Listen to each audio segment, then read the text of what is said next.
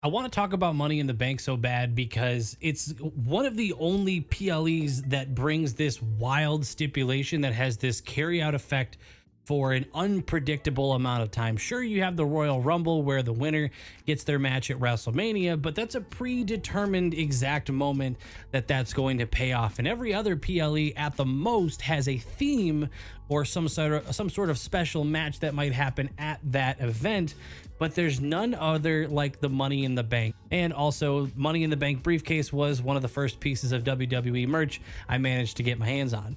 Fun fact, I keep autographs inside of it. I know everybody does predictions, but what I kind of want to do is what we did for the last PLE. I want to do a little bit of over predicting. Maybe we try to call something that is super unlikely, but would just be fun. So I invite you to go to the comments and give me some really over specific prediction that you think, even if it's not that possible, something that would be really cool, but even if it just had that little tiny 1% chance of happening that you think would be a really good story, drop it down in the comments. Everybody could easily just say this person's going to win, this person's going to win, but try to call something really specific you think might happen during the show. I want to start with the World Heavyweight Championship because I think it has the most interesting immediate effect potentially between Damian Priest and Seth Rollins. Seth Rollins, first of all, I'm actually surprised is even back right now. There was a part of me that was thinking he was just going to be kind of teasing that he was interested in this match and maybe something would happen to prevent him in the story from being able to do it. But I mean, last episode that he was on, he was taking bumps. He was participating as if he was fully ready to go. So I'm happy about it. He's my favorite wrestler right now, so I'm all for it. And because he's my favorite wrestler, I'm a little bit biased in the prediction. I'm not just predicting it, I am rooting hard for Seth Rollins to win, but it's not just because I want to see him win, it's the stipulation that they've added onto this match. If you haven't seen it, on I think it was 2 episodes ago on Raw, maybe it was last episode of Raw, I'm sorry, Seth Rollins and Damian Priest agreed that if Seth Rollins were to win the match, Damian Priest would have to leave the Judgment Day. I'm pretty sure if Damian wins, then Seth just can't challenge Damian again, which personally, I don't even know how exciting that stipulation is. It's kind of just a limiting stipulation or a limiting result, so I don't get too excited when they say that. But Damian being forced to leave the Judgment Day brings so many options, and it really possibly sets up a feud between him and someone in the Judgment Day, most likely Finn Balor. But more importantly, it sets the Judgment Day up on this new weird path where it's Liv Morgan basically in the Judgment Day, because who's the only person currently probably saying no to Liv being in the Judgment Day right now? It's probably Damian. Finn is coming off like he would be fine with it, especially with the sneaky scenes of him hanging out with Liv Morgan maybe when he's not supposed to be. Dominic Mysterio isn't exactly pushing Liv away from him.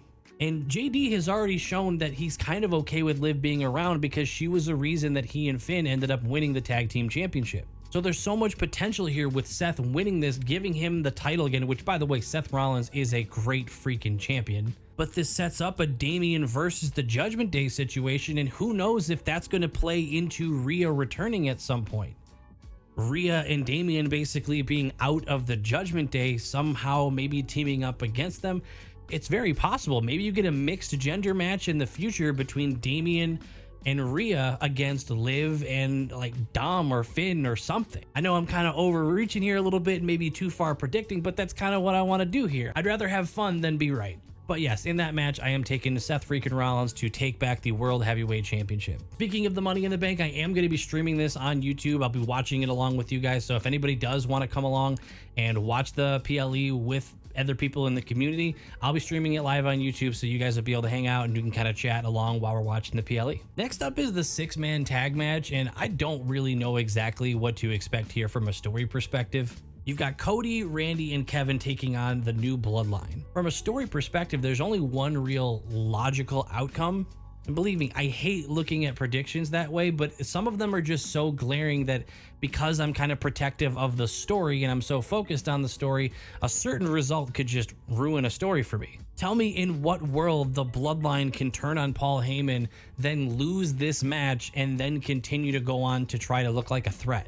Listen, this is the perfect scenario for the bloodline to look really strong. I'm not saying they need to dominate the likes of Randy Orton, Kevin Owens, and Cody Rhodes. Those are big names to just, get their butts kicked. But at this point, you've got this opportunity to make this new bloodline look scary. There's nothing on the line here. There's no titles. You don't have to worry about Cody looking kind of weak for a moment or Randy looking weak for a moment, especially when you're talking about the bloodline. There's almost a 0% chance this stays a 3v3. Hell, the posters for it show 4 members of the bloodline. I don't know how you could possibly expect this is just going to be a clean 3v3 match. I'm guessing this might be some sort of situation similar to what we got, I believe it was at Backlash, where it seemed like last minute it was made into some sort of a no DQ match, which I think could happen on SmackDown. Maybe they kind of go head to head and it gets dirty at SmackDown. I'm recording this on a Thursday. So maybe the SmackDown before Money in the Bank, there's some sort of announcement made, or somebody from one of the two groups lays it out that this is going to be Bloodline rules or something. As much as I love the team of Cody, Randy, and Kevin, I gotta root for the Bloodline here, and I'm gonna pick the Bloodline to win this match because it's the only thing that really makes sense without immediately kind of, I don't want to say burying them, but it immediately makes you wonder what's to be scared of. At that point, what was the point of even building them up? And at that point, is there even another opportunity for them to look strong again before whenever Roman inevitably makes his return? I think it could be a really exciting match, but I really believe there's only one outcome to this match that really makes sense to me. So again, I'm taking the Bloodline. Let's look at the Intercontinental Championship between Sami and Braun Breaker.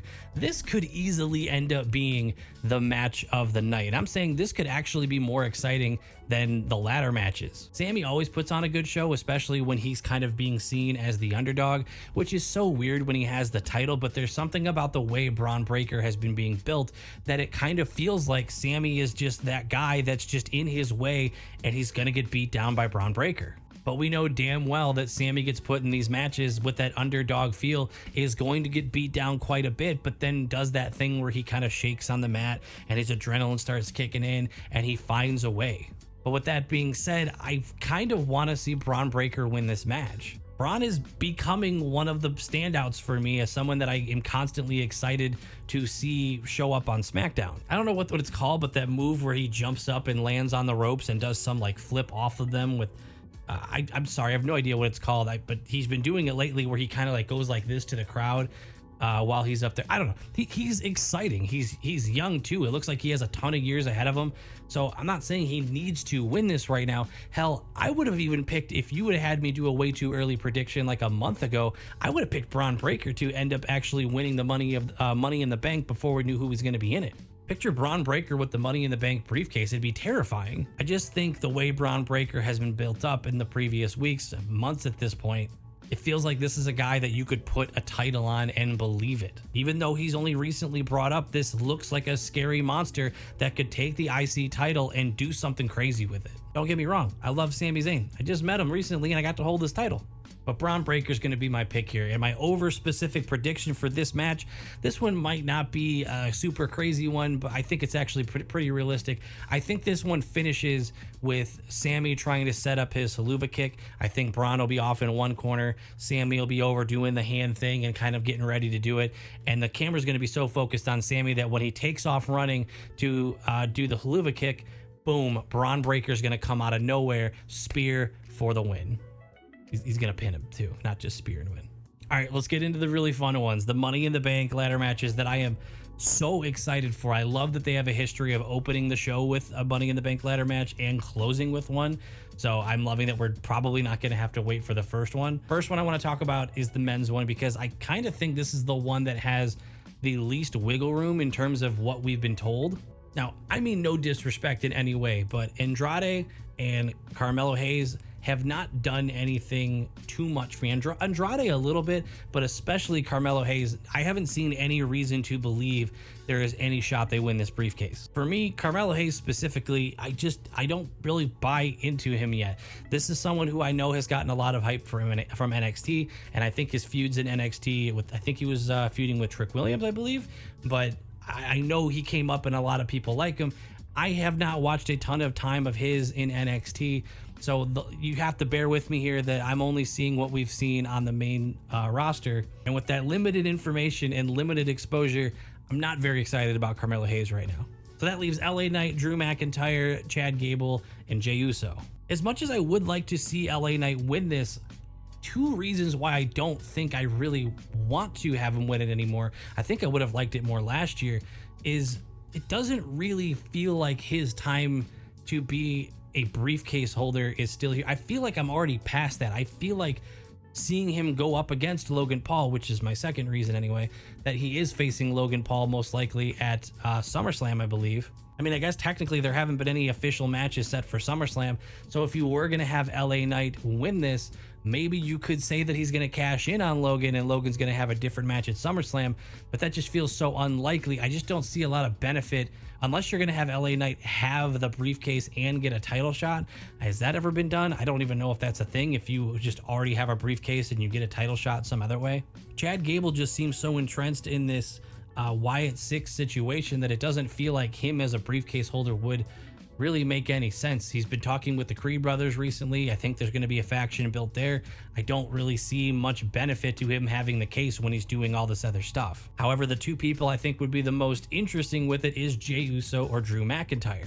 Now, I think a lot of people are going to gravitate and just say Jey Uso is going to win it. They're going to do the money yeet in the bank, which I'm telling you right now, as much as I kind of don't love the saying, I think I would buy a blue like money yeet in the bank. I think it would look cool in blue and white.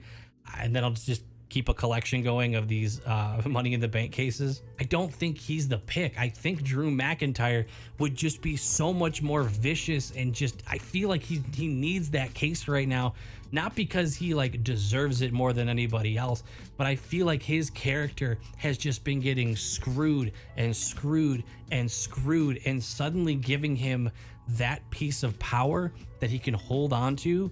The only thing that messes up for me is that I believe his next feud would be with CM Punk. So the way you could over predict how this could go is if Drew McIntyre wins this briefcase, he goes on, doesn't immediately cash in on anyone. I know he said he was going to walk out that night with the title, which I'm going to be honest, would be pretty exciting. But he could go on and do the CM Punk feud. However, that turns out maybe CM Punk then moves on and takes the title from Seth, because we're still waiting originally on the Seth versus CM Punk feud from when CM Punk first got here. I know a lot of people were excited for that feud, so eventually that could happen with Seth having the title, which we just learned from the WrestleMania behind the curtain. That match was originally supposed to happen at WrestleMania. We were supposed to get CM Punk versus Seth Rollins for that title. This could be an opportunity to do that. I don't know if they would wait to go all the way to WrestleMania, but imagine Drew cashing in on CM Punk after potentially beating Seth Rollins. I'm gonna be honest, I'm not a master booker or writer, but I've kind of laid out the pieces. If you could find a way to have Drew win this case and get his revenge, his ultimate revenge long term on CM Punk by cashing in on him, or maybe just his match against Seth Rollins, I think that'd be huge. Let me know what you think on that one. I know that one's kind of crazy, kind of wild. I feel like Jey Uso is the safe pick here, but I kind of just want to go with what I think would be more exciting. I'm going with Drew McIntyre. Now, the women's ladder match is kind of tough for me because there's so many in this match that I think would be really cool to see with the briefcase. I think the only person I don't know if I would want to see it might be Io Sky. I don't know if I want to see her go back to back with it. As much as I enjoy seeing her in the ring and I like her matches, I don't really love her promotional stuff, so I don't know if I would get very excited with her having the briefcase. But everybody else here I think could be really interesting. Lyra Valkyria has been winning me over week after week, and I wasn't really sure who she was, and a lot of you guys told me to pay attention because I'm gonna like her, and you were right. I do like her. Seeing somebody newly called up get that briefcase could be really exciting, but that's kind of all I have for that, is just that it would be exciting. I don't really know where she would go with it. Naomi would be exciting for me because I could see there being that potential that Naomi could cash in on Bayley. Bayley has been struggling to have a feud that I feel like I can get excited about, which sucks because she's one of my favorites. But the Piper one was kind of fun, but it just didn't do a lot for me. I was just more excited that Piper was getting a chance to do some good promos on TV. But Bayley versus Naomi feels like it could be a very exciting potential build-up. That little will she do it, will she not? And then I look over at Zoe Stark, who I've just kind of always rooted for. I always liked her in-ring work. I don't love her promos, but I think she's gotten better, and maybe she would benefit in the long term from having someone like a Sonya Deville be her manager. This has kind of been teased already with Sonya trying to insert herself in Zoe and Shayna Baszler's business. And it wouldn't be the first time somebody in a tag team or someone in a faction has the case that I've seen since I've started watching.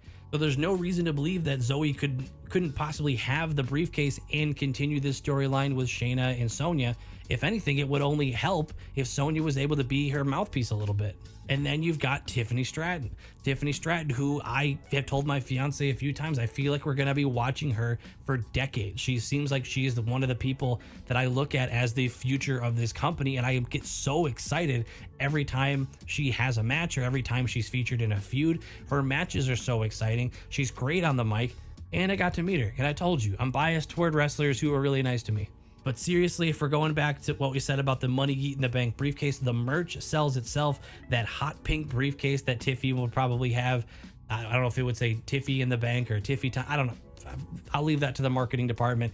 But I feel like she would be really exciting with the briefcase. Her promos are good enough. She's kind of got that sass, like here I come. And she's got Nia Jax with her. Nia Jax in her corner to kind of be her. I don't want to say that she needs protecting or anything, but being that like brute force piece that where she can be all cocky with the briefcase and no one can mess with her because she's got the backup of Nia Jax. Oh my God, and it just hit me. What if she wins the Money in the Bank? And then what if Nia wins her SummerSlam match that she earned from being the queen?